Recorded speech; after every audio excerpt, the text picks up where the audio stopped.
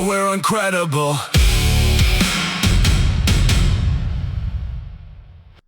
Welcome to the Uncredible Podcast. My name's Jeremy, and I'm Uncredible.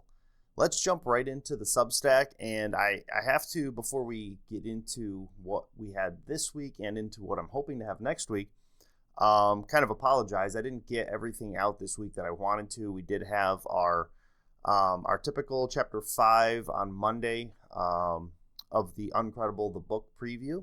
That did come out this past Monday, and then on Wednesday we did have our normal article, but then at that point in the week, things just started to fall apart for me in terms of my scheduling. This heat was brutal this week, so for those of you, I think this has been across the U.S., this heat wave, but specifically in the Northeast, it's been absolutely grueling to deal with the heat. I'll share more about that in a little bit, but I was unable to get clips out, and so I'm going to spend I'm getting close to my taper, which we'll talk about here in another segment, but I think I'm going to get really aggressive about the clipping. I got about halfway through episode 22 clips and then just kind of ran out of time.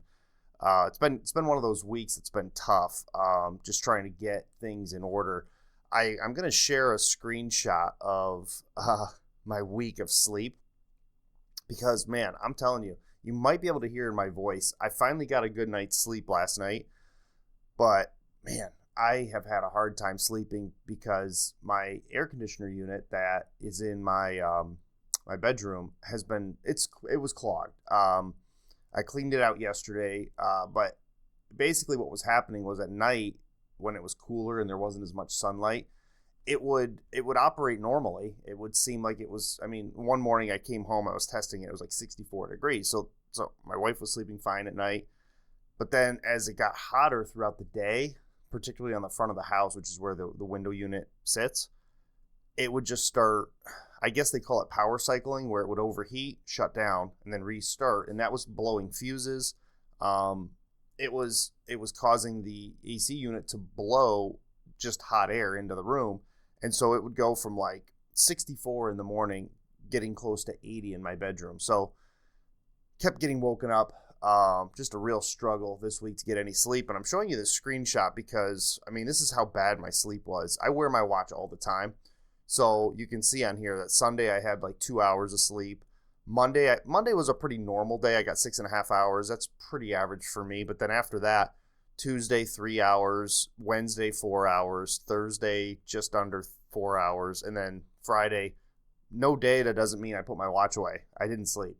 So what happened was we have an interview today with Chad Williams from the Cerebal Palsy Perspective podcast. And I had scheduled that for Friday morning. So I worked all night Thursday night, came home, and got ready for that interview. I had a couple other things. What did I do? Oh, I pulled the air conditioner. That's right. So my goal was to get the air conditioning unit out of the window so that after the interview, which was scheduled for 9, I could tear it apart, clean it, let it dry, and then get that thing back in. So what happened was, and you'll hear this in the interview a little bit later, but Chad and I have a great interview. Everything goes, it couldn't have been more perfect for both of us in terms of time. And I discovered that the Teams is like the new thing. Zoom has a time limit of 40 minutes. So I was so worried about that time limit that I forgot to hit the record button, plus obviously short on sleep. So we record the whole episode, and I checked the folder where I have where it should have stored my Zoom meeting, and it was gone. It was gone. The file was gone. So I was like, I'm on, Chad and I only know each other through Instagram. So I jump on Instagram like, dude, any chance you have the recording on your end? Because you can record on both sides. And he's like, no, I didn't hit record. I'm like, oh. So then I was like, you know what? Is there any chance you can hop back on? We'll just do it again. And it was preferable to him. And my concern was, this is the 4th of July weekend. I'm actually recording this portion of the episode of episode 24 on July 4th morning. Yesterday was July 3rd, and I'm just thinking in my head, like, it's July 4th weekend, people have plans and all this stuff. And I'm like, but I also don't want to record a whole nother podcast. Like, I'd have to come up with a main topic and a subject. And I'm like, I don't have anything prepared. I've got zero sleep. I mean, my main topic would have been air conditioners, which maybe I'll do that actually. But I was like, hey, if you can jump back on and do it again, let's do that. So he did. He was willing to do it. We jumped back on. We were both kind of like, it was weird talking about the same thing again. And it was a whole different interview in a way because it took a different direction. So, but all that to say, very little sleep this week. And that led to the clips not getting put out. So I'm going to get real aggressive, I think, about getting these clips out. What I really need to do is I need to sit down for like, I don't know, for like a day, not a day, but like for 4 hours and just clip. Because what I've been doing is I've been clipping 2 or 3 here and then 2 or 3 there.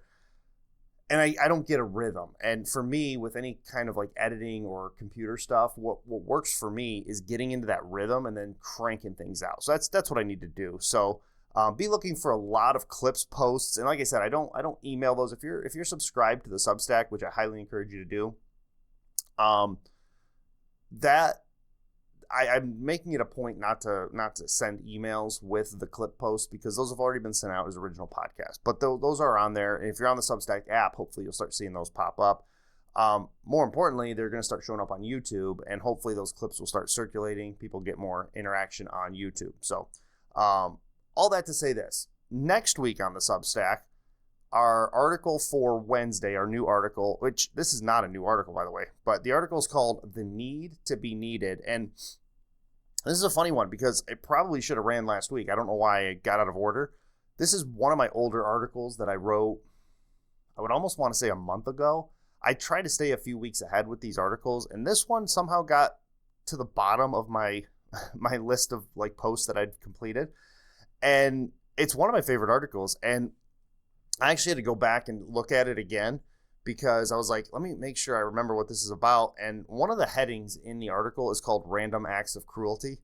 So what the article talks about is this dynamic that I've discovered of people who, the way they get their, I don't know if it's fulfillment. I don't know because I'm not that type of person. Like, so for me personally, to ask for help is like, it's hard for me to do that. Like, I want to be able to be independent and do things myself. But there's another type of person out there that exists that, this is my perception of it, they exist to ask other people to do things for them. And you would probably call them lazy, but I think it's more than that. I think there's like a social dynamic to it, to where the interplay between asking somebody, getting help, thanking them, there's this whole social dynamic involved that, for me personally, as an introvert who likes to be independent and do things himself, a lot of times I'm helping people like that going, could you just do this yourself? Like, could you just, we have ChatGPT, YouTube, could you just maybe not involve me? But that's where I realized that part of me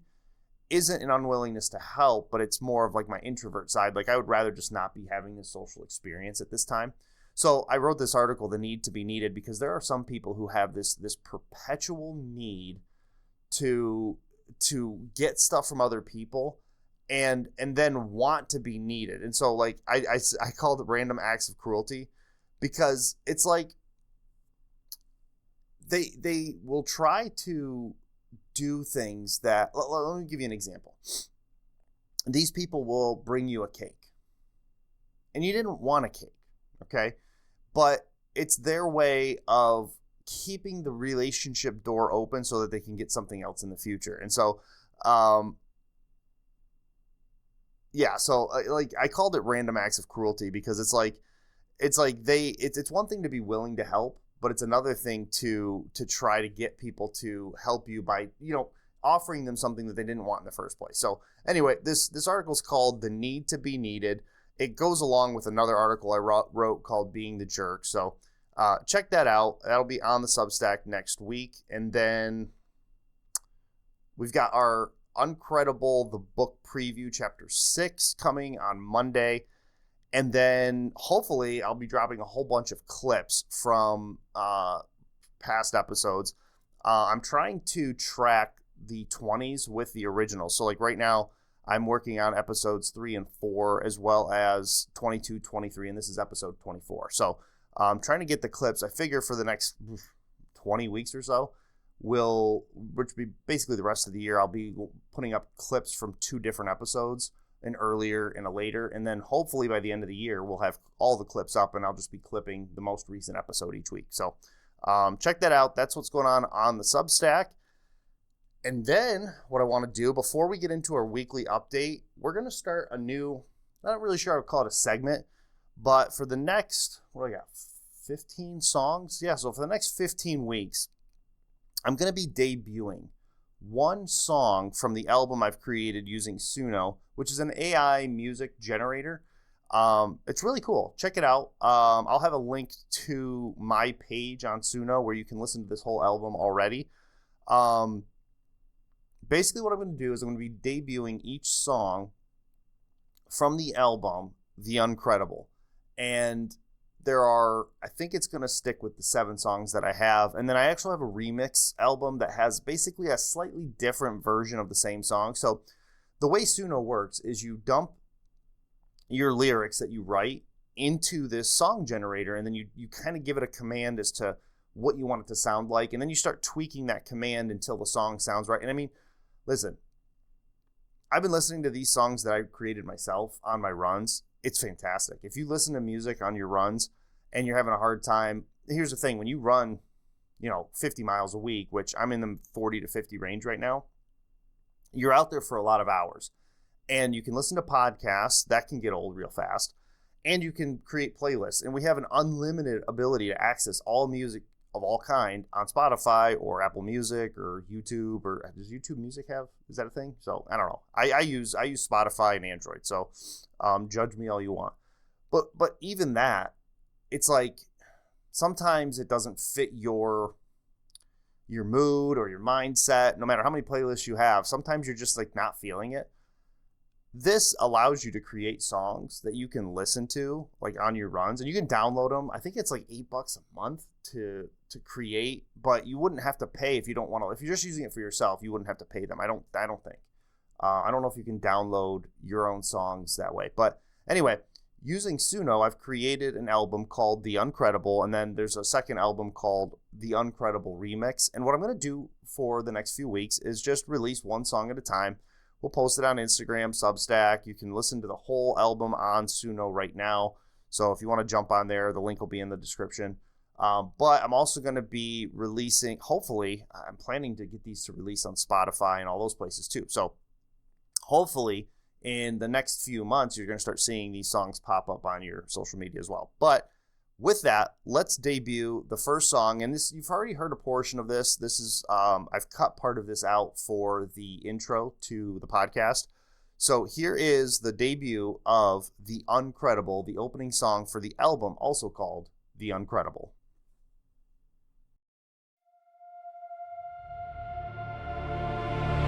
This one's for the workers, the ignored, the fathers, the mothers, the builders, the runners, the overlooked, the uncredible.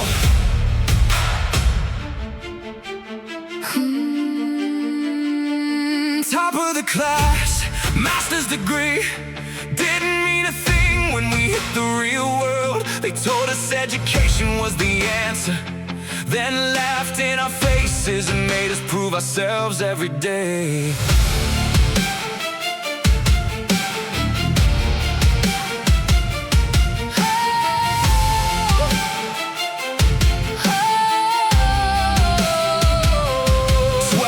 Shifts, 13 on, 1 off, breaking our backs while the experts talk. Got the paperwork and the accolades, but we're still getting judged by the corporate games they play. Top of our class, now we're punching clocks, building their world while the executives talk. Nobody notices, nobody cares, nobody knows all the sacrifices hide beneath these tears. We are the shift, swing shift, day shift, no quit, no quit, no quit.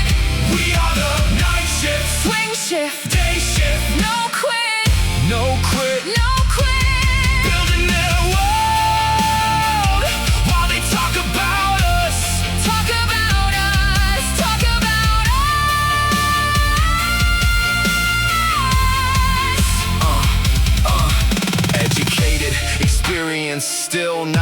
uncredible, so we embraced it and we became uncredible. We may be unpopular, unseen, unproven, unappreciated, unwanted, But we're unstoppable, unbreakable, unrelenting, unshakable.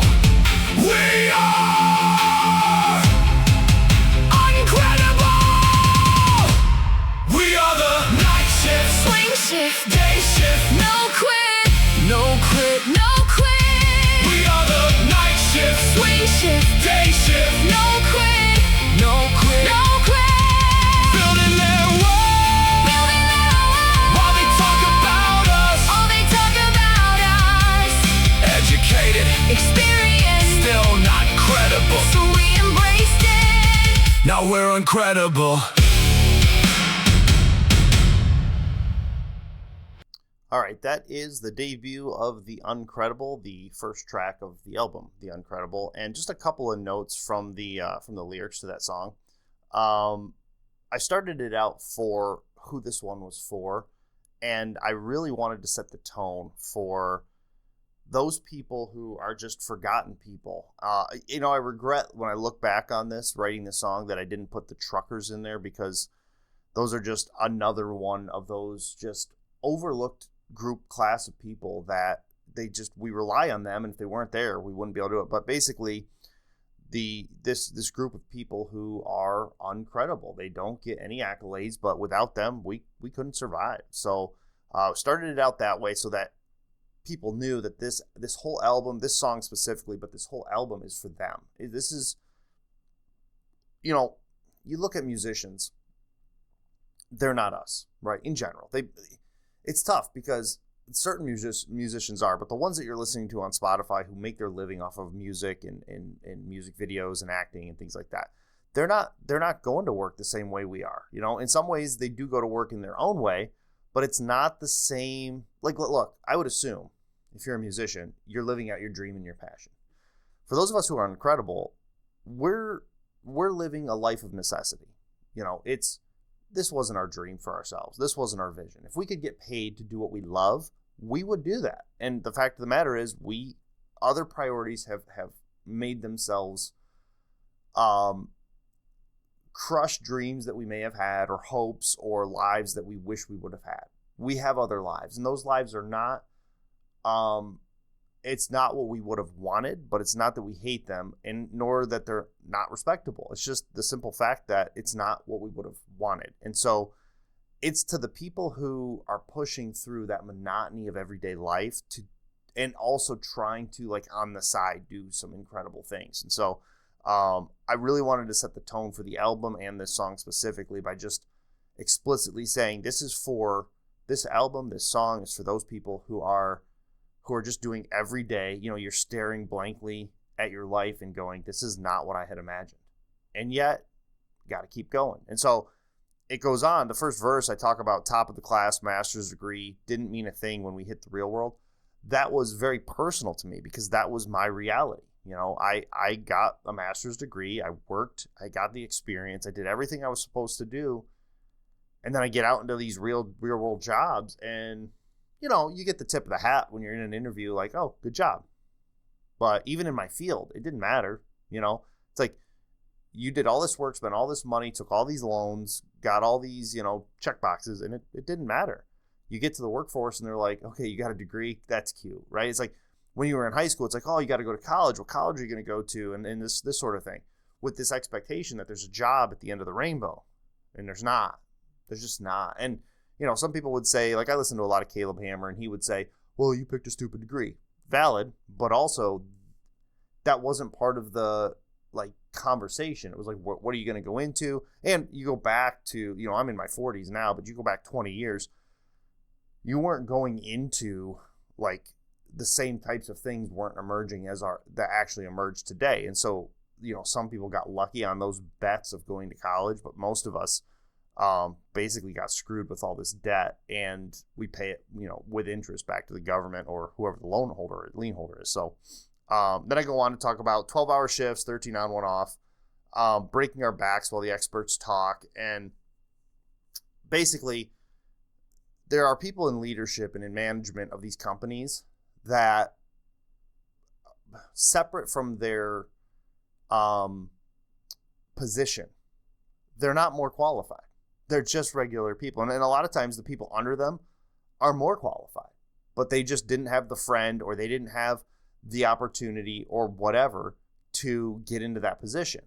And I've seen it so many times where the people that are actually doing the work are way more qualified, and they shut up. They just shut up because the way the system is set up, you can't, it's like, it's insubordination to, like, your manager's a complete idiot, doesn't know what the heck they're doing. You tell them in kind words first, and then not so kind words second, and then it becomes like an attitude problem. It's like, the problem is not the attitude. The problem is your ignorance of the subject matter. And so often you see in corporate world people who are giving directives and setting out landscapes and plans, who cannot take the suit coat off and take the professional pants off and come out there and do the actual job. It's very frustrating for those people who actually do the job. Had a conversation just the other day with somebody where, like, if all those people disappeared tomorrow, this thing would still function just fine. It would just keep going. All those people would show up to work. Someone might notice after like a week that I haven't seen XYZ in a while, but it would just keep moving. So there's this line where I say, where I wrote, building their world while they talk about us. And part of the album later on is going to be this visual representation, or I guess not visual, this audio representation of an annual review. And it's this idea where the people who are working on the floor or in the cubicle or whatever it may be, they are on the front lines doing the work, while the people in leadership are just talking about them. I mean, if you think about it, their whole job is to evaluate people that they're not in many cases not qualified to evaluate. And it's like, so here we are building the entire world around you, and you're in an office or in a meeting talking about us. And it might not be us like as an individual, but it might be like, what direction do we want to take this company? How are we going to get there? Oftentimes zero consideration for the amount of effort and work that's going to have to be applied. They just state directives and expect it to happen. And it's just sort of recognizing this reality that, like, your whole job is to talk about the people and to evaluate the people and direct the people who actually do the job. And your role kind of doesn't need to exist. Now, of course, there does need to be vision and there does need to be bookkeeping. All of that has its place, but none of that has a job without the people who are doing the work. So just kind of pointing that out. And then, of course, I have in here, we are the night shift, the swing shift, the day shift, no quit. And the whole idea here is that no matter what shift you work, I'm a night shifter, so I put that in there for myself, but we are those people who go to work, whether it's days, nights, swing shift, whatever it is, and we don't quit when that shift is over. There's more to do. There are families at home. There are dreams we're trying to aspire to. There are kids we're trying to raise, and all these things that there's communities that we're trying to uplift. That's where you go from just being a normal person, right? Just like an average guy who goes to work every day. You become uncredible. The idea of uncredible is when you put something on top of that monotony, that drudgery that is required for life. When you put something on top of that you don't get paid for, it's just you and your passion and your vision being applied to the world around you. That's where the heart of Uncredible is at. So check that out. You can see it on, you can listen to the whole album on Suno. I'm going to be releasing, Suno will probably have the remix album soon as well, because I have to publish them on there first and then download them slowly over the next few weeks. I'm still working out the distribution side to get it to Spotify and stuff like that. I think I have a plan for that, but be looking for it to pop up on Spotify, Apple Music, and that sort of thing too. And anything you can do to support it would be appreciated. I'm also going to have on Gumroad, for those who know what that is, if you want to support the project, I am going to make them available. Each song will be available to purchase the digital download.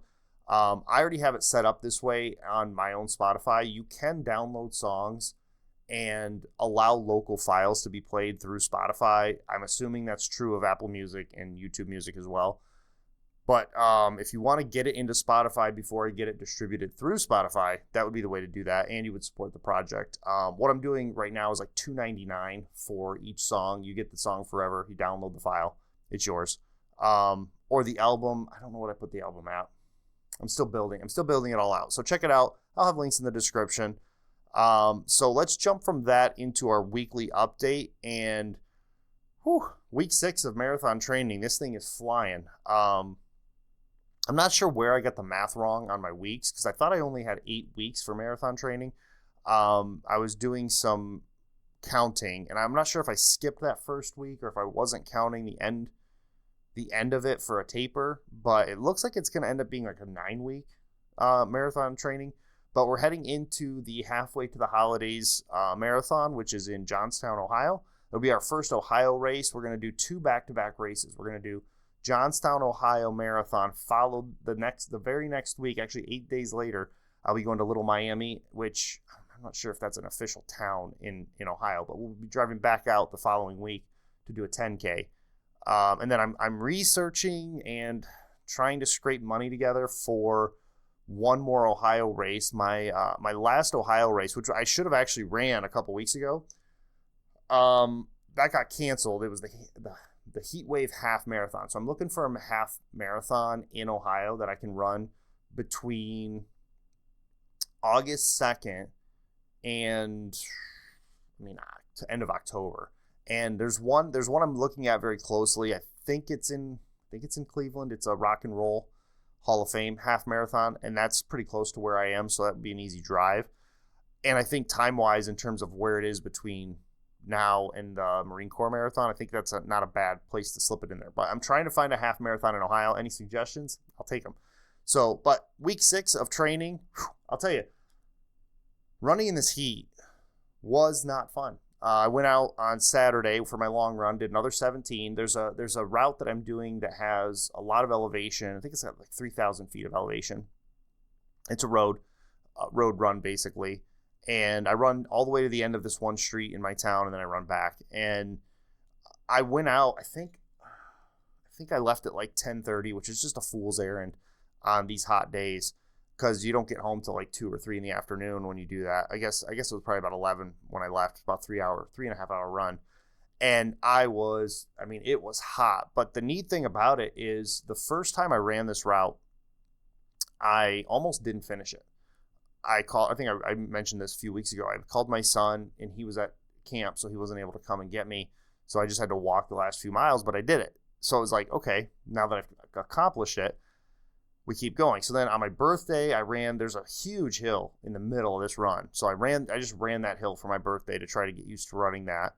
And then I think I've run that Saturday I ran it again. So I think I've run this route like 3 times. I'm getting used to it. What I want to try today, so today's Saturday, July 4th. By the way, happy Independence Day, everybody who's in the U.S., which I am. So celebrate that freedom, have fun, be safe.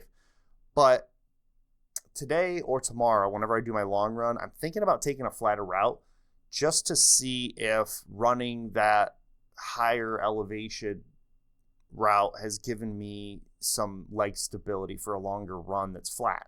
Because that was the whole idea, was to get longer runs in on a harder terrain.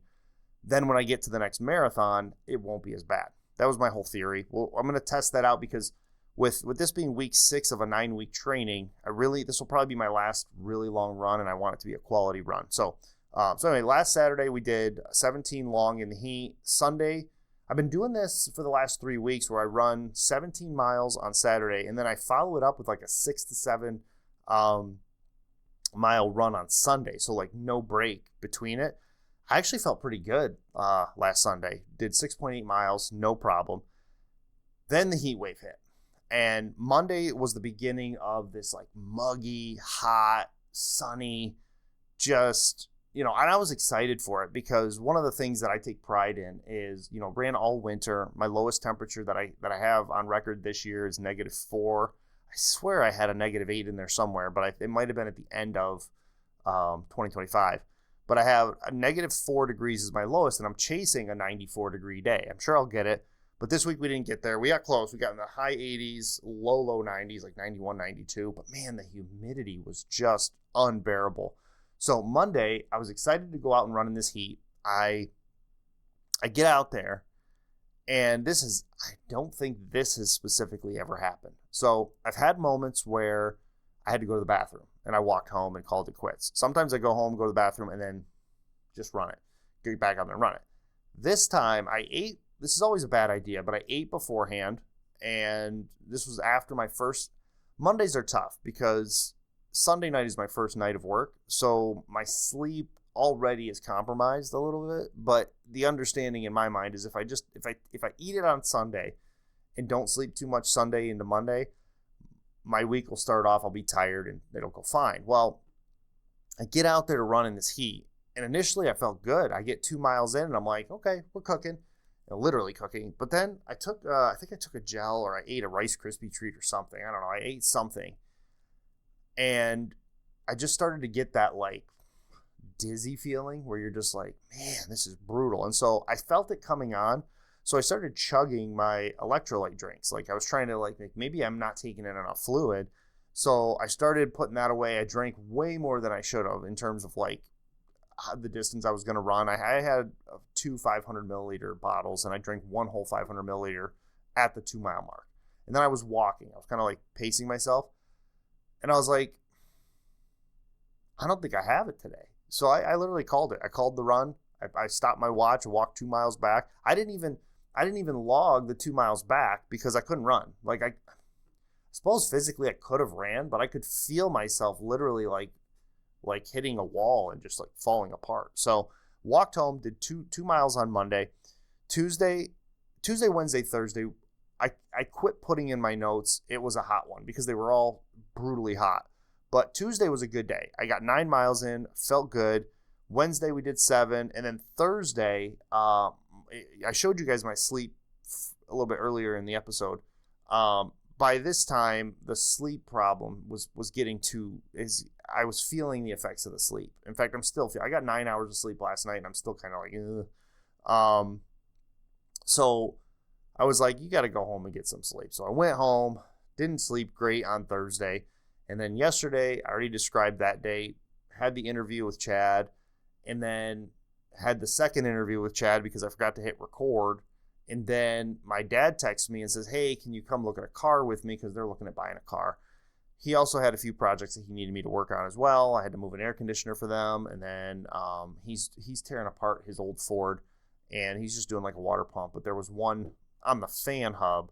There was one small screw that because the fan hub kept turning, he couldn't get it loose. So I helped him with that. So this gets me to like 2:30 p.m., which normally I go to bed around 1. So it's way past my bedtime. I go to a restaurant to get some food because, this is a bad decision. But whenever you're tired and exhausted, you just feel like you need something. So I got some terrible food from a local place. They do hot dogs and burgers. And I just ate that, and I was like, thinking I might go to bed after that, but then I was like, maybe I just don't go to bed at all. So Friday at that point, it was like 3 o'clock when I got home. I was eating lunch at 3. I was like, I'm not running today. I don't think I've had a day off from running in a while. I did like a 70 or 80 day streak followed by 1 day off, and then I don't think I've had but 1 or 2 days since then. So it's been a very consistent series of runs and training block and all that. So I just took the day off, and then finally started tearing apart that air conditioner, got that cleaned up, and I was like dragging. I mean, it's hot, doing all this work, and about 5:30, I said, you know what?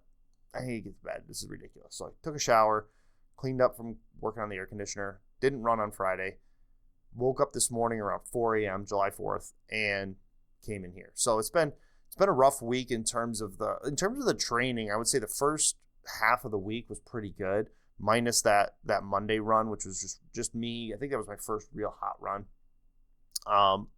Looking forward, like right now, as I think about it, I'm probably going to do my long run tomorrow and just let the 4th of July be the 4th of July.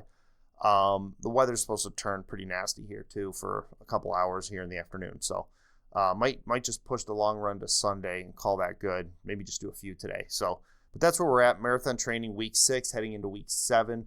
I'm going to start, I think I'm going to start tapering, but the way I'm going to taper for this, I think I'm about 3 weeks out. I think what I'm going to do is I'm going to reduce my long run and keep my mid-range runs during the week up there. I'm also in a step challenge at work, so I need to make sure I keep my steps up each day. So this week I'll probably reduce by like 25%, and most of that will come off the long run. So I'm thinking about doing 18 to 20 tomorrow. That'll be my last long run. I don't know. I'm thinking about that one. I'm not sure about that one. But it won't be on the hills. So that's my theory. So I'm thinking about 18 to 20 tomorrow.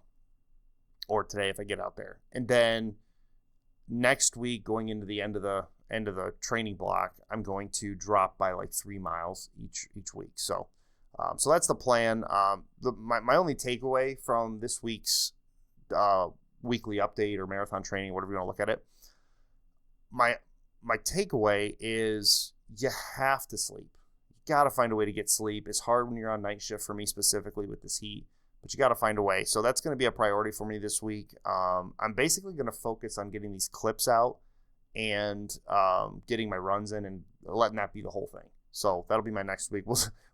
I've noticed as I've gone back and clipped these episodes, I don't do anything I say I'm going to do. I have these plans. Like, I'll listen to these recaps and I'll be like, you said 2 weeks prior that you were going to do this and you didn't do it. And it's like funny because when I'm clipping it, I see that week to week. So it's just like, okay, things don't always go the way you want them to. But anyway, my takeaway is get some sleep. Enjoy the 4th of July. We're heading into week 7. We got week 7, 8, 9. I'm thinking 8, 9 will probably be pretty decent tapers. But I will say this. We'll end with this for the weekly update. My legs feel great, which has not been the case heading into either of my marathons. So little mild pain in my right calf that continues to just kind of irritate me. But I'm not worried about it because I'm planning my expectation is that will subside when I get into the taper. So I haven't been worried about that at all. But yeah, that's the end of our weekly update for week 6 of halfway to the holidays marathon training. All right, now let's turn our attention to what's going on in the news and get an Uncredible take on that. So I wake up, I can't remember which day it was because it was a bad week for sleep, as I mentioned. I wake up, I think it was Wednesday or Thursday, whatever day it was that this was going on. And you pull up your social media, and all over social media is this couple that I think they're Russian. I don't know. I didn't do much research on it, but this couple that climbed to the top of the Empire State Building, they hung a sign, they did a proposal. As I'm getting ready for work and I'm just trying to get in my right headspace, this is all I find on my feed. I'm like, ugh, what is going on here? I don't care. At first, my first thought was it's like a political stunt where some liberals had come up with this idea to fly this sign. Then you find out they're doing a proposal. And it's like, oh, that's cute or whatever. But then they're also going to jail. So there's that.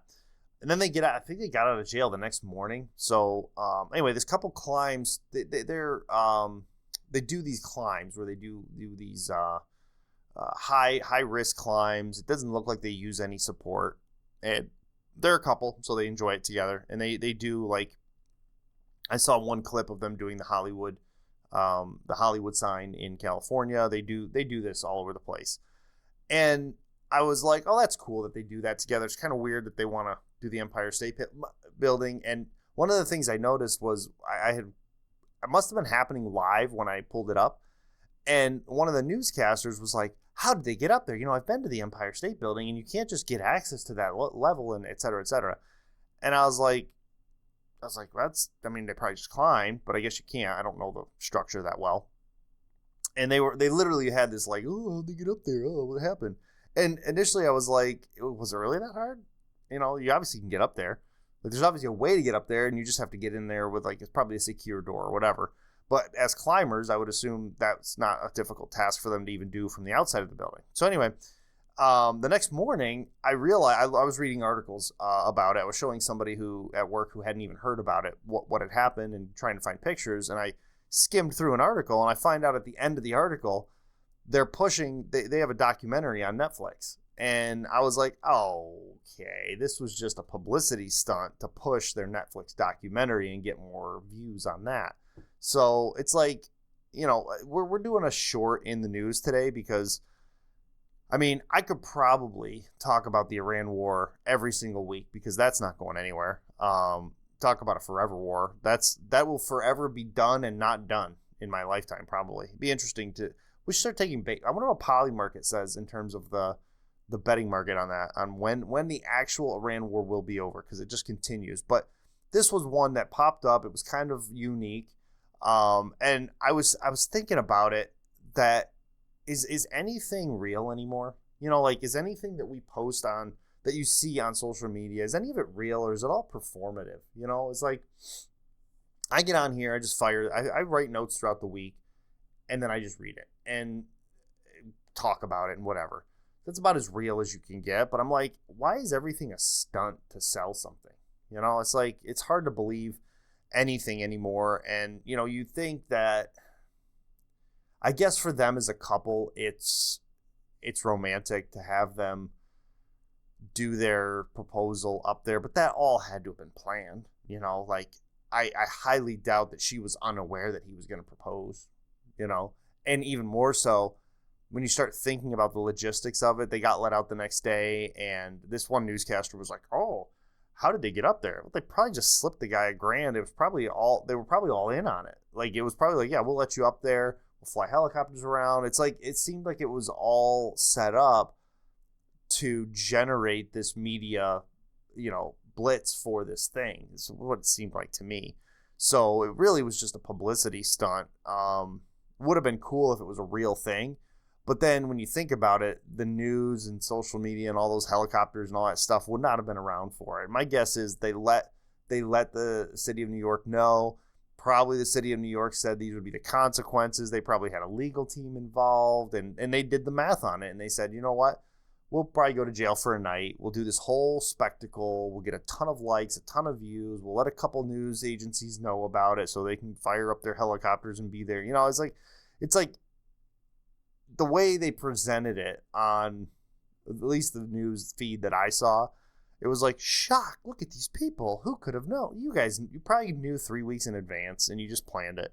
And it's just kind of like, it's like I said, my uncredible take on that news story is it presented itself as spontaneous and like they woke up that morning and decided to climb the Empire State Building, when the reality is this was probably a well thought out, well-planned media blitz that they did to promote their documentary, which, good for them, capitalism, woohoo. But it just makes me wonder, like, is anything real anymore that we see?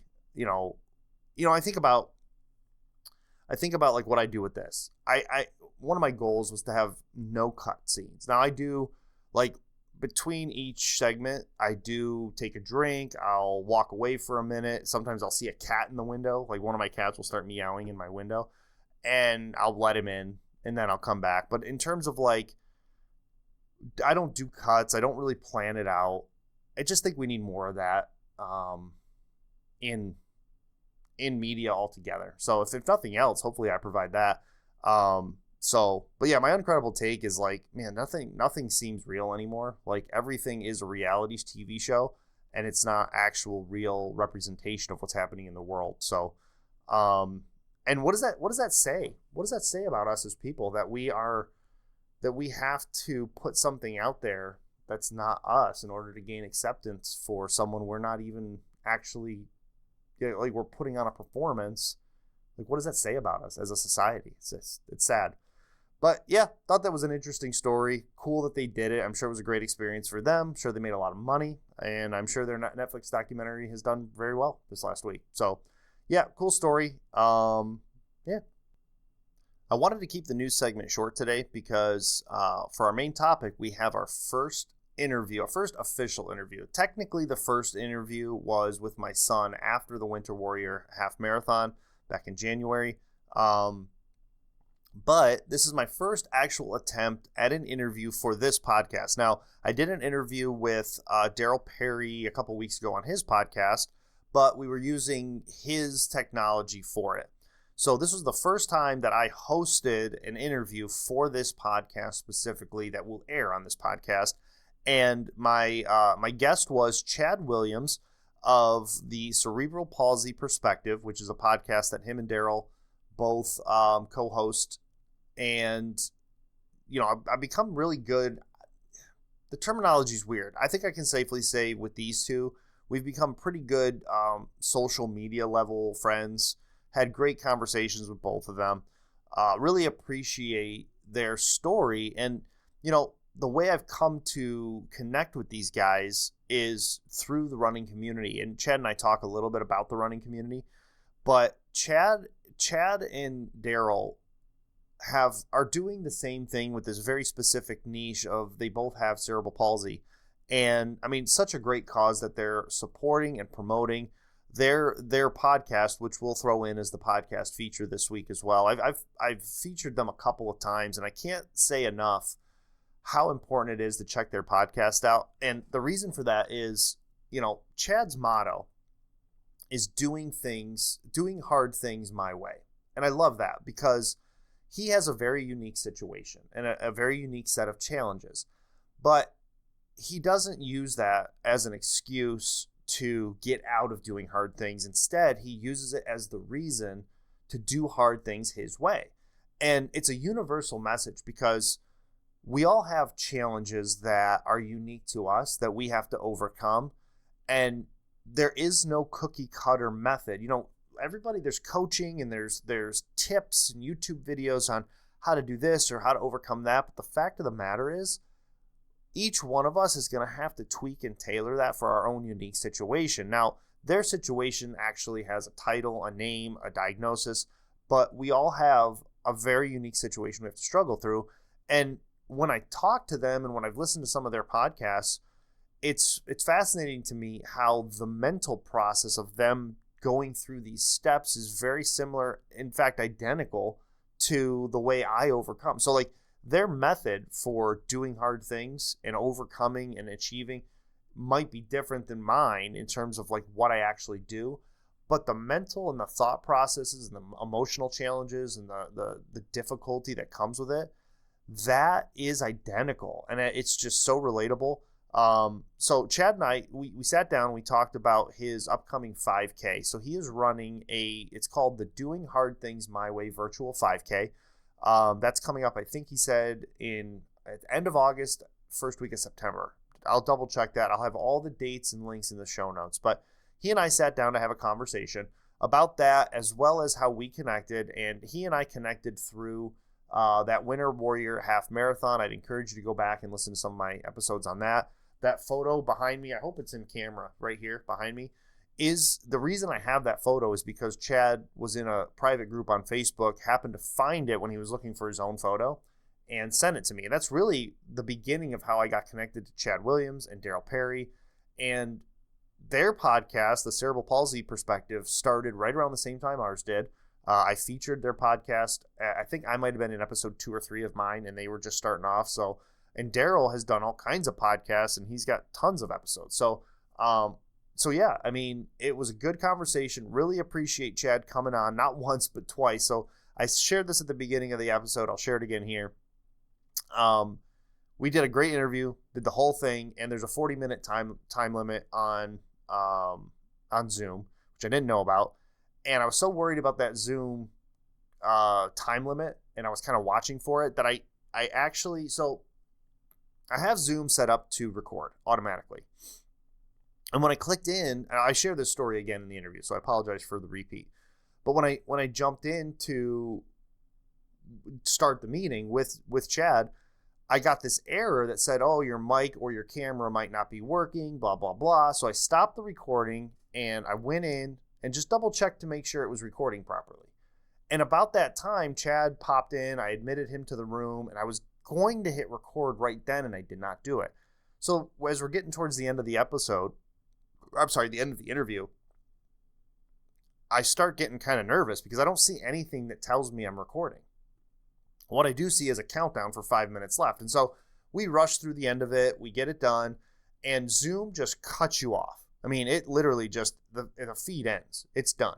I wasn't sure how that would work, but that's what happens. It cuts you off. So I wait like 5 or 6 minutes, and I'm not seeing a file anywhere in my Zoom folder. So then I the way I know Chad is through Instagram messages. So I messaged Chad and I said, hey, dude, any chance that you've got that recording? And he's like, no, I don't have it. I didn't hit record, didn't even think about it. And so, like I said at the beginning of the episode, we talked it out and we said, you know what, let's just jump on and do it again. Let's just do it again. So really appreciate him. I mean, this is 4th of July weekend. I'm recording this portion of the episode the next day. But yesterday, not only did he commit to 40 minutes, but an additional 40 minutes to just go through, share his story. And I really want to emphasize something. This virtual 5K, we talk a lot about it in the interview. This is an opportunity for you to start something that could change your life. And it benefits a good cause. He'll talk about that in the episode. And, you know, I really like the way he describes this virtual 5K. This is an opportunity for you to run 3.1 miles however you want to. Do this hard thing the way you want to do it. For me personally, I am going to be participating in the virtual event. For me personally, I may be trying, depending on what goes on with my marathon and 10K, as long as I don't get injured in the next few months, my goal is to set my record 5K time at this event. That's my goal. My record, anything in the 24 minutes, but I'm going to be chasing a 23-minute 5K. And when I say 20, I should say anything under 24. Sometimes I say 23 minutes, and I'm like, I'm not chasing 22, but I'm going to try to have my fastest 5K. I'll probably run it at a local track or something so that I have a very consistent place to run it. And I don't want too much elevation to blur the statistic for myself personally, but that's going to be how I approach this virtual 5K. You might approach it a whole different way. You might say, you know what? I want to do this 5K because I've never walked 3 miles. I've never done anything for 3 miles. So I want to train for this and I want to do this. And this could be your opportunity to start a new habit. And then this could turn into, we'll talk about it, but this could turn into the thing that changes your health situation, your emotional situation, your mental situation. And you might be sitting there listening to it go, I don't run. I can't run. One of the things I love about Chad and Daryl is when I listen to them, all my excuses vanish. All my excuses vanish because to do even the most basic things on a regular basis, which they do it, you know, it's their life. That's what they do. It's 10 times more challenging. They have all the excuse in the world. And Chad talks about that in our interview. And they don't take those excuses. You know, this week I had all the excuses in the world with my sleep, but I kept doing the work.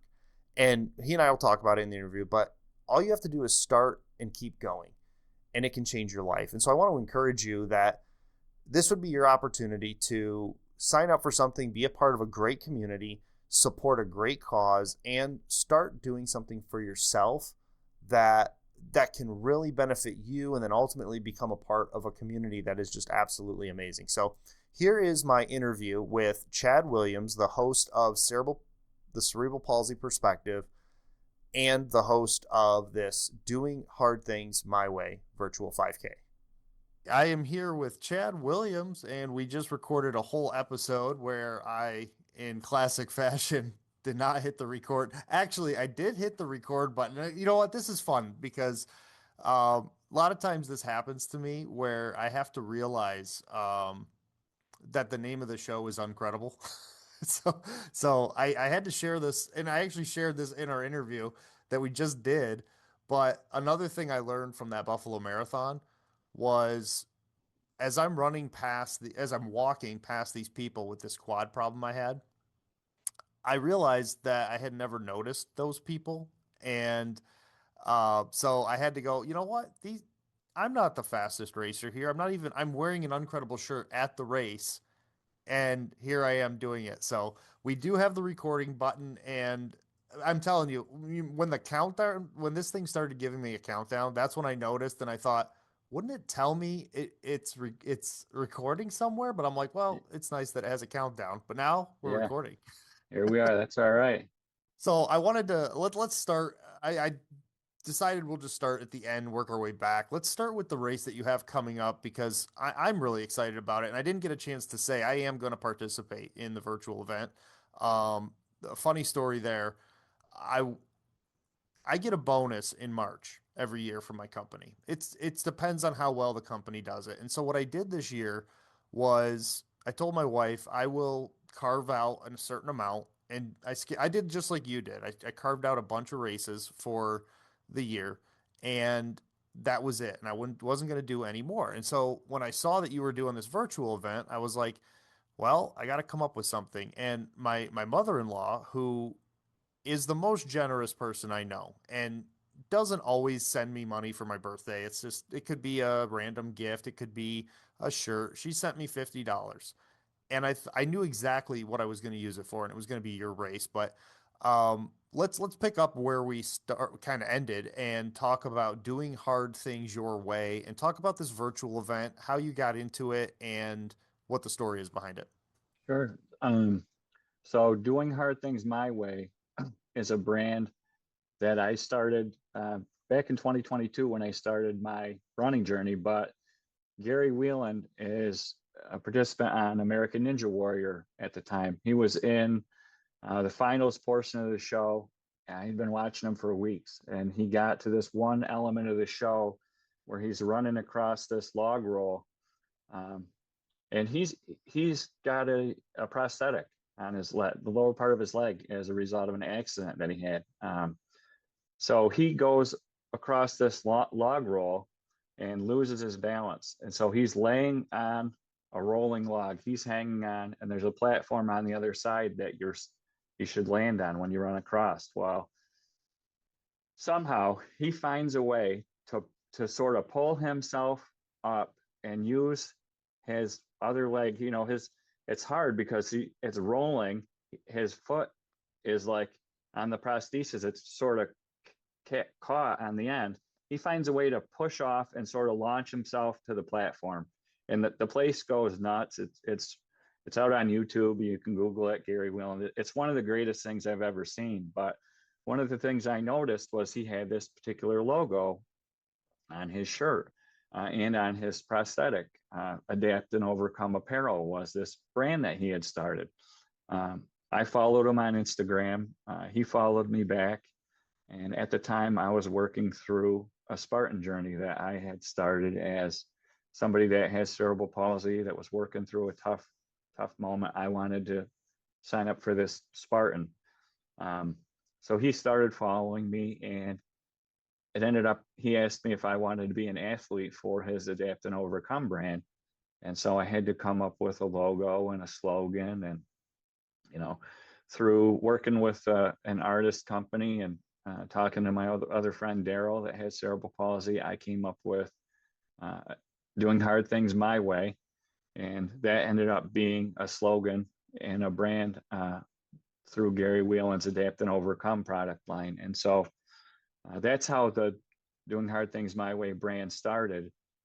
And then through all the support that I've received on my running journey and conversations that I've had with, parents of the cerebral palsy community and other individuals with cerebral palsy, and then just other people that are working through their own hard things, I wanted to expand on that. And so last year was the first ever Doing Hard Things My Way 5K. And it's a virtual event. And the basis is it provides an opportunity for anyone to be able to participate. You don't have to run. You can walk, you can jog, you can roll, you can show up, however it works for you, in an environment where you're comfortable with your friends or your family, your coworkers. You can organize it however you would like. You have that whole week. And then if you're it's not necessarily about results. It's about, showing up for yourself and getting out there and supporting the cerebral palsy community. That the profits or the proceeds from the event go to Cerebral Palsy Strong, another nonprofit. But you can do it, however you like. And this year it's September 30th through August 5th. And so you can go out. What I started to say, though, is results. Like, if you are interested in the results aspect, there is a leaderboard out there. You can go out and you can log your results, and you can see how you did compared to others if you're interested in that. But that's not the goal, but that is an element to it. Well, and this whole idea of doing hard things, my whole thing is uncredible, just average people doing additional things with the struggles that they have. And we had talked about how everyone's heart is a little bit different. Um, and I shared this story already, so it's weird having this conversation again. But I just had a guy say to me and another runner at work that he can't run. He said I can't run, and I thought of your event because it, you don't have to run. And when what's the longest race that you've done so far? When I went through my Spartan journey, I initially Spartan has this trail series where they have a thing called the trifecta, and you have to do a 10K, a 21K, and a 50K. Whoa. And so after my first year, when I had first, I did my first Spartan and I was running these races. I ran a bunch of 5Ks that month, and I received so much support from the running community and everybody within the Spartan community. And I said, like, why not me? I didn't think I could be out here running 5Ks or 10Ks. Like, why can't I do the Spartan Trailfecta? And so I had signed up for this Trailfecta, and I said, like, I'm going to do all three. I ran a 10K at Bear Mountain in New York, and then I flew out to Florida. Wow. No, I reversed that. I'm sorry. I flew out to Florida and I ran the 10K in Florida. And then the 21K was at Bear Mountain in New York. The 50K was supposed to be in Lake Placid. So I ran that 21K out in Bear Mountain, and my wife came with me. She comes to all my events. She supports me at all of it. But based on how I was running that year, I had said, like, I'll be out by lunchtime. The 21K started at like 8 in the morning. And I had said, like, I'll be out by lunchtime. And it ended up taking me over 5 hours. Just because, so I have cerebral palsy, but because of my mechanics, I also have a torn labrum in my hip, and I have a hip impingement, and I have hip dysplasia. So I have a lot of hip stuff going on. I wear a hip brace that kind of keeps things in line, and it makes it a little easier. But that particular terrain at Bear Mountain was terrible. The whole thing was like boulders, and there was no trail. You're basically going up a mountain. All these younger guys are like zipping across, jumping stone to stone, and I'm like, how are these guys not turning an ankle? And here I am. I wanted to bail so many times, but I said, like, I can't do it. I called my wife, like, I'm out in the middle of the woods waiting to get a signal, and I said, like, I'm still okay, but it's not going my way today. But I'm going to keep going, and it's going to take me a while. It took me over 5 hours. I had a lot of pain that day. And that's actually when I went to the doctor after that to say, like, I know I have all these things, but why so much pain? And that's when I found out that I actually did have the torn labrum. So I don't do trail races anymore. I was lucky enough to do six Spartan races, and I'm so grateful for that, and I love them all. But after that, I said, like, let me just try road. I want to continue to run, but I got to do what's best for me and what allows me to, be out here long term. And so I switched to just strictly road races. In terms of a road race, my longest is a 10K. Okay. For me, that's a point where, like, I love doing 5Ks because I feel like I'm doing something that's hard for me. And when I'm done, I feel good and I'm not too beat up. I can recover fairly quick.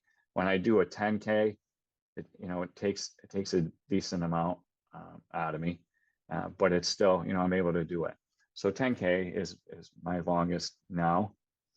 So yeah, the reason I asked that is because, like, when those of us in the running community, we look at 5K, 10K, 3 miles, 6 miles. If you go half marathons or like for me, the way you just described the 5 to 10K, I feel like I'm in that space with half marathon to marathon. Like, I feel really like I can do a half marathon fast, like in my mind fast.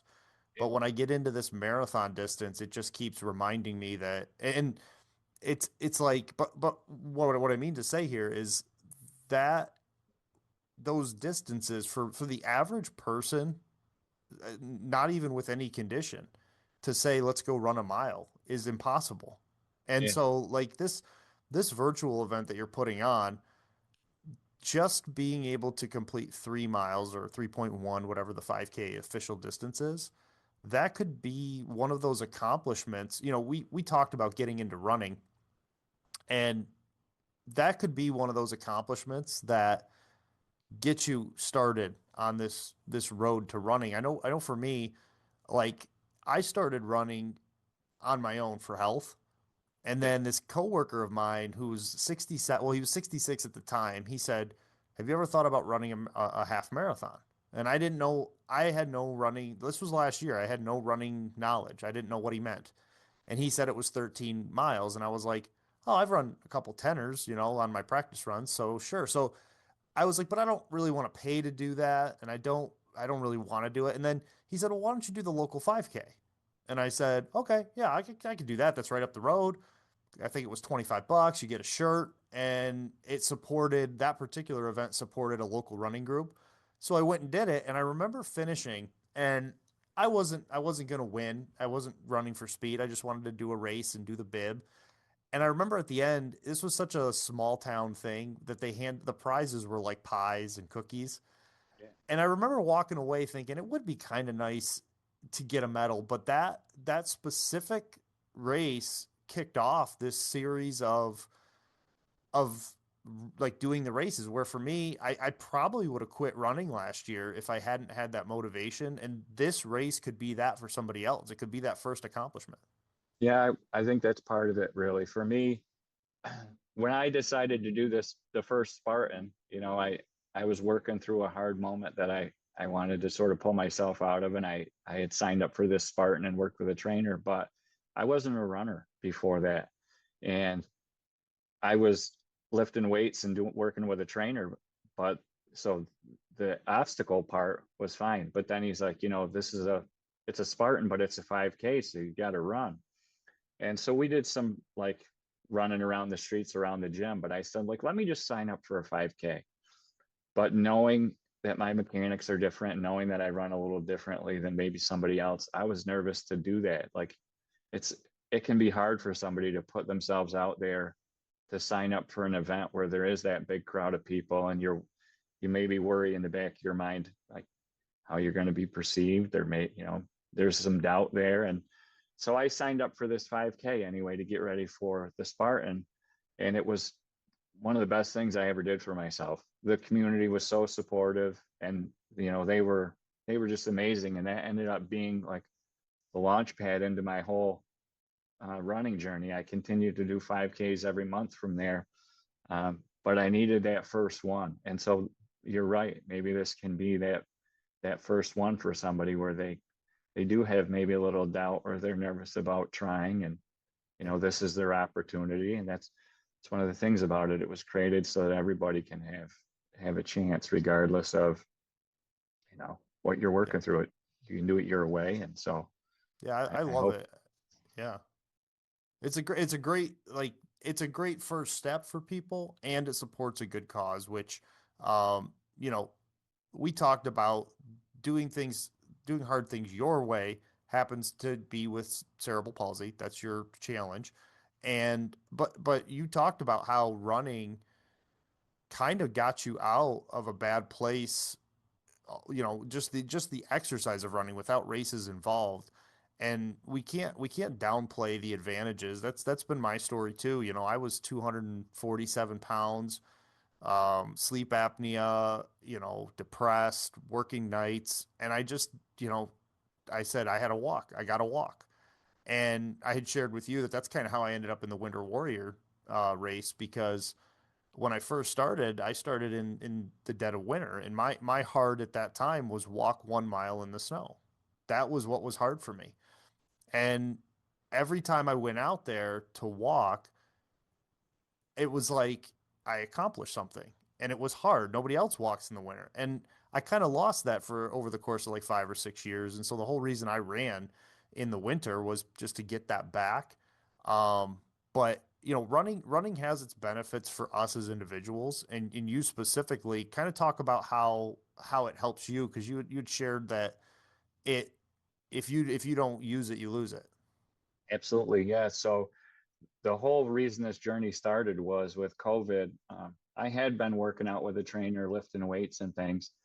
And then when COVID happened and gym shut down, I wasn't doing anything. I was working from home. So it's like, get out of bed, get over to the computer, work, go back, And I got into this really bad place where everything got extremely tight. It was hard to get out of bed. My wife's helped me out of bed, which is, terrible.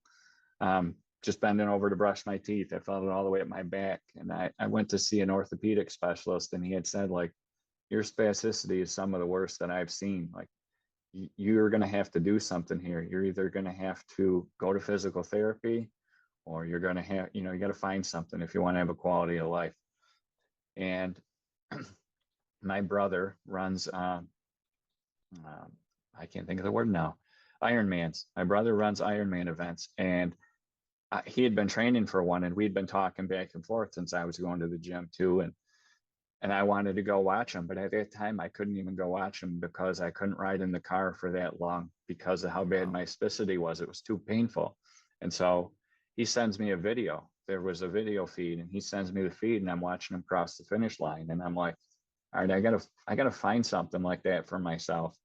I knew I couldn't do Ironmans. I didn't actually think I could do Spartans, but I saw Spartan, and I'd seen him on Sports Center and things, and I always thought they were cool. So I was like, maybe that can be I know it'll be tough, but maybe I can be a Spartan. So I send my trainer a text, and I said, I want to do this. And he's like, all right, I'm in. And it was incredible. Gyms had opened back up, of course, with restriction, but he helped me 3 or 4 nights a week. He had this plan, and I went on to complete this Spartan. But with that, I found running, and I found how supportive the community was, but it also helped me physically. Like, I was able to, things loosened up, and I'm out here moving. I'm doing this thing for myself without physical therapy. And not to say that physical therapy is bad, but I went through physical therapy my whole childhood. And so I had a different spin on it. Like, I wanted to do something positive for myself, and I wanted to have that approach to it. And so that's what running gave me. It allows me to have, not without difficulties. There are still times I have to listen to my body and pull back, but it's given me that space where I can be active. But I've also formed all kinds of relationships. The running community is just incredible. And so I keep going, that it started as one race, and I've run dozens of 5Ks and 10Ks, and I ended up running 6 Spartans. And I got a Garmin when I started, and so I've been tracking my metrics since 2022. And so there's a Garmin race in Toledo, Ohio in September. I signed up for the 10K there, and I'm really excited to do that because it's sort of like a full circle moment for me in a way. Like, I used Garmin to start my journey, and here I am. Like, I didn't know back then, like, where this would even go. And now I'm going to this big Garmin race. And so it's been incredible. Yeah, it's crazy how, you mentioned the running community, and that's what brought you and me together in a sense. And I mean, not in a sense, in reality, because for me personally, this has been just me, myself, and I kind of a journey. And the Winter Warrior for me was kind of like a challenge to myself. I didn't know anybody up in Rochester. I remember my son and I drove up there. We checked in and checked out. We drove all the way back, got up the next morning, drove all the way back out there. Didn't know a soul. There was actually one lady on Instagram. I can't remember her tag. I still follow her from Threads as well. She had said she was going to run it. And I remember texting her afterwards and saying, hey, I looked for you, but when you don't know somebody, you don't know somebody. And I had seen you running in that race and had no idea about your condition. And then I don't know if we connected because I saw you, or we were connected prior, but roundabout you end up sending me that picture, and that was in a private, it was kind of like a private group, and I would never have known about that. And that's how you and I connected. And this whole running community is something that it's hard to describe until you show up to a race and and really embrace it. And Instagram's great. It's wild. Like the connection that you made with me and to Daryl and him and I doing the podcasting thing. I was like, well, I never really got a chance to talk to Chad. Yeah. Yeah, it's really it's been, there's so many great elements to it, but yeah, that winter warrior. And I usually don't run in the winter. I usually pack things up in October, and because the cold weather can be harder for me. So this year I told myself, like, I'm going to try to run through the cold and see what that's like. And I bought a bunch of cold weather running gear and signed up for that winter warrior. That was my first one. And I had made a reel or shared some pictures, and I had tagged like hashtag winter warrior, tagged Fleet Feet or something along those lines. And you had reached out first and said, like, hey, I saw you out there today, and you offered me some encouragement. And then I'm part of a Facebook group for Fleet Feet too. They had a smaller private group where they shared a bunch of pictures, and I said, hey, I'm looking through them to find myself, and I'm like, this is that guy that had just reached out to me and told me nice job and things like that. So I sent you the picture, and we followed each other since then. And that's sort of the big picture of the running community for me. I've found that, like, throughout the whole thing, and that's what keeps me going back. You'll be out here running this race with complete strangers, people you've never met. And here they are, like, cheering you on and giving you a pat on the back, and you're doing the same for them. And they're, in some sense, they can be more supportive than some people you've known your whole life. And So true. and I didn't expect that going in. I thought, like, geez, I hope they're not. I expected, like, I hope they're not critical or judgmental, or those were some of my own fears, just my own issue. But it was the complete opposite of that. So supportive and welcoming and encouraging, and that's one of my favorite things about the running community. That's why I continue to do these things. Yeah, you can't understate that. And I remember specifically at that particular event, I was blown away at the people supporting it. They're volunteers. Like I wrote a whole article and I spent a whole podcast talking about their volunteers because we're out there running. And I think it was around 22 degrees that day. Oh yeah. It was freezing. And I heard that that's not the worst one they've ever had in terms of temperature. And though we're running, so we get the benefit of the movement heat. Those poor Yeah. volunteers are just there. I don't know if did you ever see the kid that was giving out the high fives? Yeah, I had to give him one. I'm like, I got to give this guy a high five. He was, yeah. My whole story about that is I got my sub 2 hour, which I was chasing, but my favorite part of that race was at the very end, I had to do 4 laps to get the half marathon. And Yeah. I had to give him the fourth one. And there was this lady who was like kind of racing me, but not. She kept slowing down and speeding up. And I had to like slow down so that because I could have passed her, but if I did it, the timing would have been right when I get my high five. And I literally adjusted my speed so I could get that high five. And then to find out that was a whole thing they do. I mean, like you said, this community is amazing. When I was in Buffalo, the same thing. It's just the people you forget when you're out there running, the people handing you the water and cheering you on. For me, Buffalo was wild because we ran through the middle of Buffalo. Like there were spectators on the side of the road who were not part of the event who were handing out popsicles. Yeah, It's wild. I run the Utica Boilermaker. That's coming up this weekend, and that race, that's a 9.3. It's a 9.3 mile race. The whole Utica community comes out, and for the whole 9 miles, it's like a parade. Both sides of the street are just completely lined with people. Wow. And they give out popsicles. There's water every half mile, but they also give out popsicles the whole time.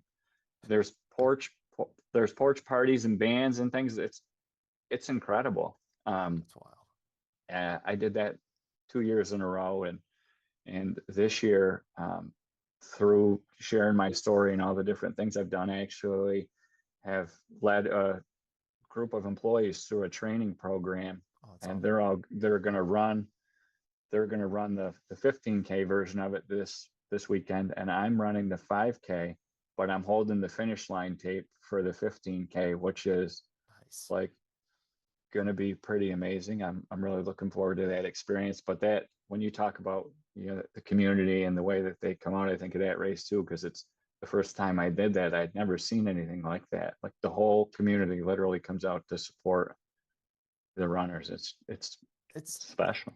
Yeah, it really is. And like we've already talked about the Instagram community and all that. But I mean, it's just I just encourage people if this can be if the doing hard things your way 5K virtual event can be that first entry point, I definitely encourage people to do it. It's obviously for a good cause.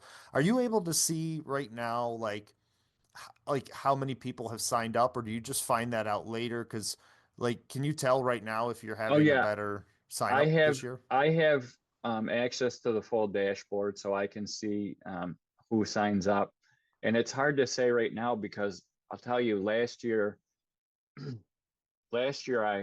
I was like, I had received all this support and I was doing all these different things, and I had said like I want to find a way to give back. Last year was I just came up with it, and I had said like I wonder if I can make this come together.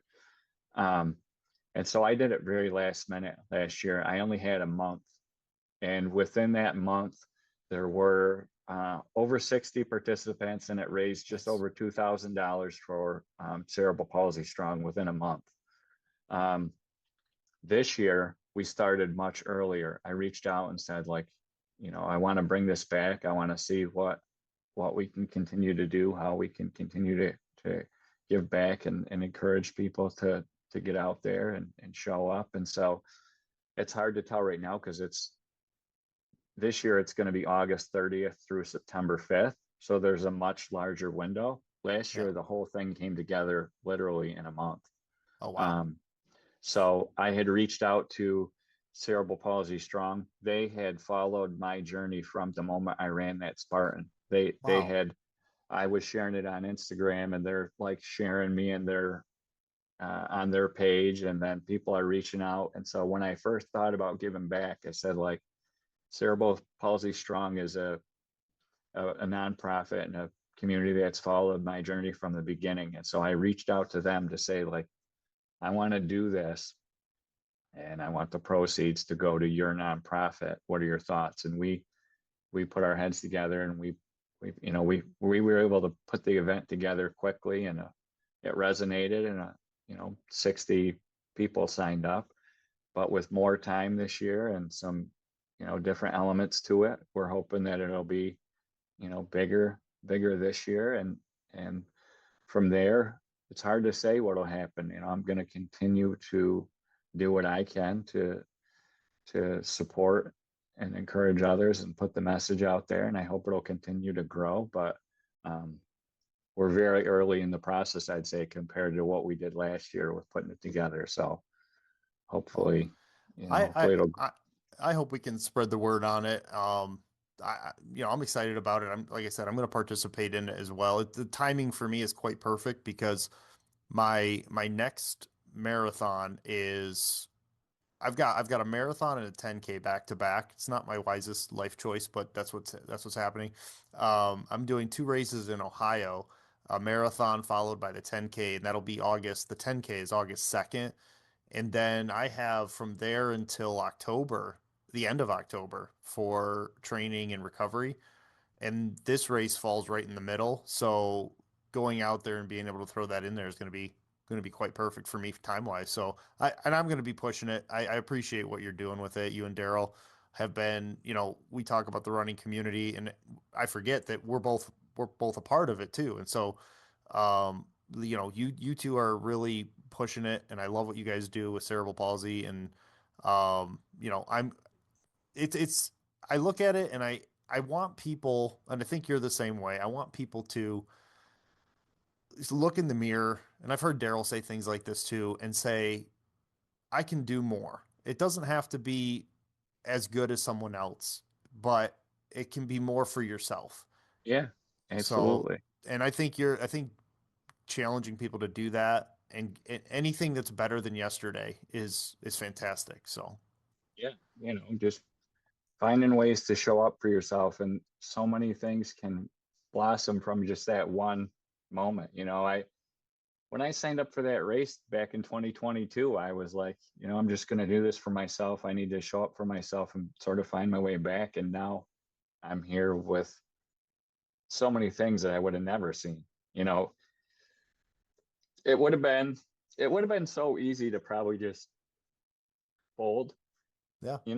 I could have just said like I can't get out of bed. I got this ailment and that ailment and this sucks. And that's just what it is. And that's what it's going to be. And I probably wouldn't have got a lot of flack for it. Right. They would have just said, he's got this, that he's working through, and that they just working through. Yeah. But then I took that one step, and now this whole thing has unfolded from that. And so, you find it within yourself to just show up one time, and who knows what comes from it. Yeah. Yeah. One thing I've been saying a lot, and maybe I'll make a shirt or maybe someone else can, but I keep coming back to start and keep going. And if you can do those two things, it doesn't matter if it's running, your goals in life or whatever, that's the whole thing. And that's how you get there. So, I appreciate you coming back on a second time. This is, No, it's all right. When I messaged you after it cut off the last time, I was like, this is July 4th weekend. I was like, we nailed it. It was a really good episode, but I guess in the grand scheme of things, in order to keep it uncredible, we had to do it again. And I like the way that this went because I got to talk to you a little bit longer, and just appreciate it that you came on. You are my first actual guest. My son was the first one. So thanks for coming on. We're going to get your message out there. Any last words? This thing, I gave you the countdown last time. I've got 4 minutes according to the rules of Microsoft. I appreciate your support with the event, and just your support as somebody that's out in the running community. That means a lot. That helps me push forward. You see these messages come in, like I share a run, and then, you get all these different messages and all this encouragement, and it makes it a lot of fun. So I appreciate that.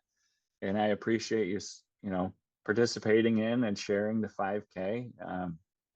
It's meaningful, and you're doing a lot of great things out there too. So I would just say, continue to do hard things your own way with all the things that you're working on. And, thanks for the platform that you're creating to give others a chance to come on and share their story. Yep, I appreciate it. And we'll end it there. Again, thanks for coming on. I'll put all your links in the show notes so people can check that out. Thank you. Once again, I appreciate Chad coming on not once, but twice to get that interview out. Appreciate him being my first official guest on this show. And I just wanted to say, as I look at that main topic, that interview through an Uncredible lens, Chad is such an example of choosing hard things and reaping the benefits from making that choice daily. Sometimes we think that when we choose hard things, it's just going to be hard. It's going to be miserable. It's going to suck. But the reality is there are physical, mental, and emotional benefits that we reap when we choose to do hard things each day. And what makes Chad Uncredible, I talked about this at the beginning of the episode, but what makes him Uncredible is not that he gets up and does it every day. That's just him choosing something better for himself. That's important. But also, he pays it forward through events like this 5K that he's putting on. So I want to encourage you to join Chad, Daryl, and I. We're all three of us are going to be doing this 5K. If you want to learn more about the 5K, they had a recent episode, which I'll link in the show notes, on, I think it was the Cerebal Palsy perspective, where they talked specifically about the 5K. So check that out. And I'll have links to the run sign up page where you can sign up for it. And then I'll also have a link to his merch page. They have a shirt that you can buy specifically for the 5K. So if you're interested in that, all of it supports a good cause, as you can see. So check those things out. All the links in the description. Again, Chad, happy 4th of July. Thanks for coming on the show. Now let's go ahead and wrap things up with our quote of the week. We won't really do a podcast feature per se. I'm going to dump that screenshot in there for that last section that I did at the tail end of the interview. But obviously the podcast feature is Chad and Daryl's podcast. Check all their stuff out. But let's get into our quote of the week, and really like this one. This was a tough one for me because let me make sure I've got this typed out right. Yeah. Okay. So I say this was a tough one. This one was interesting to me because I kept it on my desk all week long thinking I was going to use it. And then I was like, I don't know if I want it. And then I double checked all the other ones. And then decided this was the one. So our quote of the week is, "A mile becomes an adventure when you're out in the open." A mile becomes an adventure when you're out in the open. And the reason I chose that one is I've kind of had a series of runs where I was so committed to time or distance that I forgot, and I've heard Killian Korth talk about this too, where he forgot about why he runs. And one of the things that made it possible for me to complete these last few weeks of long runs, especially in the heat, was being willing to stop focusing so much on pace or getting to that next little, when you're running, a lot of times you see something in the distance and I'll run to that point. All of that stuff just it's fun, whatever. But then like every once in a while, you just have to like stop and look around and appreciate what you're doing and what you're capable of. And so this quote, "A mile becomes an adventure when you're out in the open." For me personally, I understand that what that actually means is, probably physical, like when you're out in the open.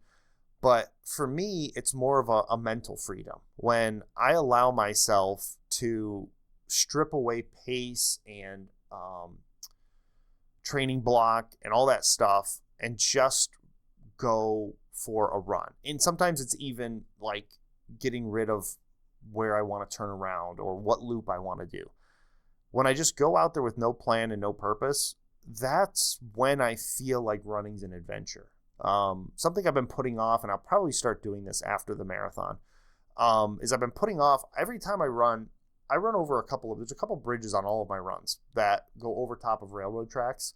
And I've been thinking about running those railroad tracks for a long time. And I just haven't done it for various reasons. Most recently, the reasons have been heat, but it's very easy for me to get to them. And for whatever reason, whenever I get to that point, I'm like, not today, so I really need to set out and pick a plan.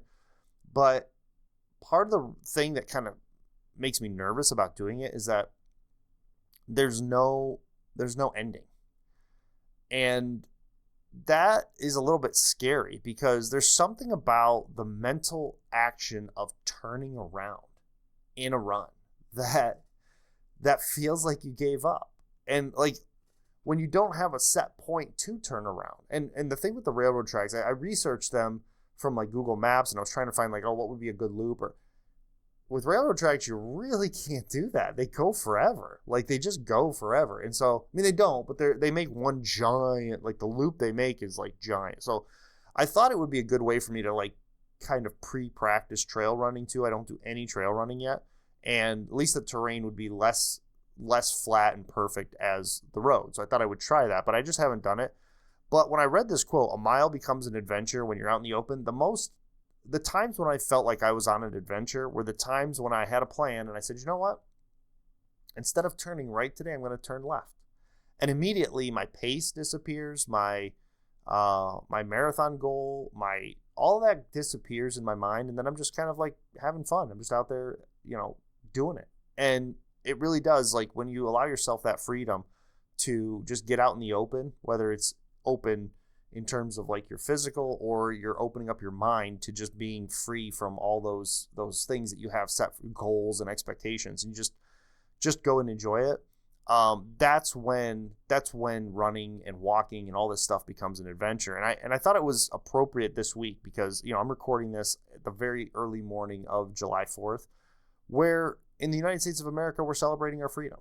We're celebrating our independence. And a lot of times I think we forget what we have in that. Like you can do whatever you want to a certain degree. Obviously there's limitations on everything, but in the US, you can decide tomorrow to carve out an hour and go for a walk and go for a run.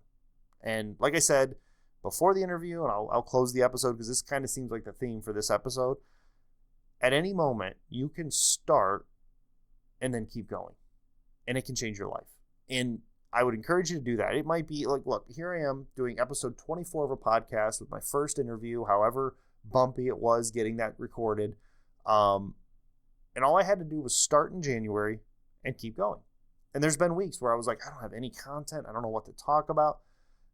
Just do it. Just hit record, hit record. For me, it's audio, video. Put the shoes on.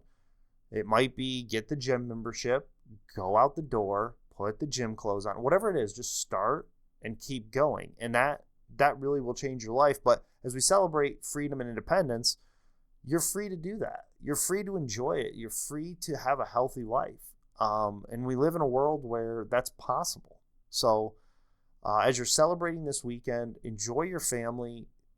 Take that time to appreciate everything that you have. But also, maybe there's something in your mind that you've been thinking about starting. You just haven't done it. Maybe this is the weekend. Enjoy the fireworks. Let it be what it is. And then Monday morning, get up, start something, and just keep going. That's my encouragement to you.